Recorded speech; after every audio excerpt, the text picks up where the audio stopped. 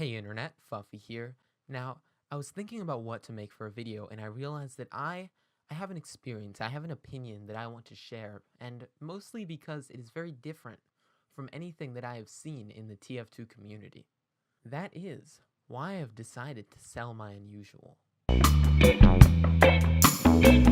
Of course, yes, I sold it because I wanted some extra money. I don't think you would sell it for any other reason. This isn't some magical, symbolic thing, but obviously I had bought it in the first place for some reasons, and those reasons didn't hold up as much now as they did in the past. So what were they, and how did I come to this conclusion? The reason that I decided to sell the unusual, well, there's a couple, and one reason is that I just sort of didn't see the benefits of it, mainly because it only sort of works as a status symbol. Other people see the unusual, and they decide to heal you and help you. The only problem about that is, what about me? Why should I care about it? The only time that I see the unusual is in my loadout screen or when I'm taunting, which is honestly not that often.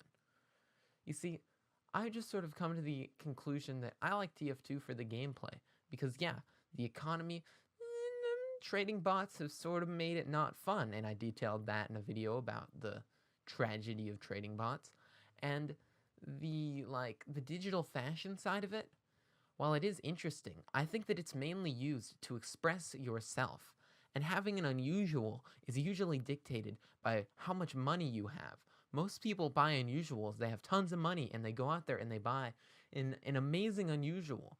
Or they don't have that much money, and they go out there and buy the best one that they can find on their budget. And that best one is, again, used as their status symbol. It is used to show off to others, instead of being used to show off to yourself. And I've sort of realized that I shouldn't try to conform to other people, and so I sold my unusual.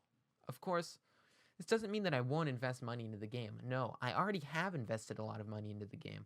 For example, I have bought a lot of skins. I've been working on the contracts to get skins. I've been buying the strange weapon tools to add to my different weapons so that I can just sort of have something for me that'll count my kills that I can feel accomplishment with, because my unusual didn't really show that. Now, why do I believe that unusuals as a status symbol just don't hold up? Well, it's mainly because they don't really show anything other than your money. And that's just sort of annoying. Yes, you can buy something to show off, but if you don't actually enjoy how it looks, why would you use it?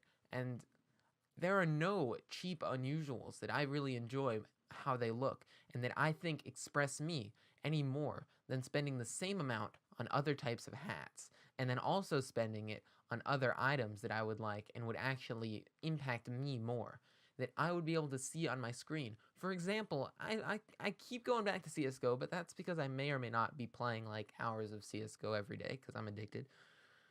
I really enjoy having my knife, and I like the knife because I was tired of the default inspect animation, and I was trying to get a skin for every weapon, so I found a knife that I liked with a cool inspect animation.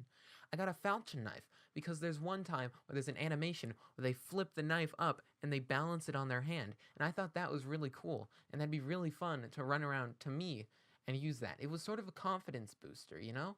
And an unusual doesn't really boost confidence. In fact, I think a lot of the times my confidence is boosted by wearing a gibbous and just not having to worry about what other people think at all. So yeah, I decided to sell my unusual because I didn't really think it was worth it. I believe that unusuals are more of a status symbol, and I would much rather spend my money on items that I personally see more in-game. As well as that, I didn't really think that any unusual in my price range could really represent me, as well as I don't really feel like investing that much money into Team Fortress 2, because I just love the game for how it is.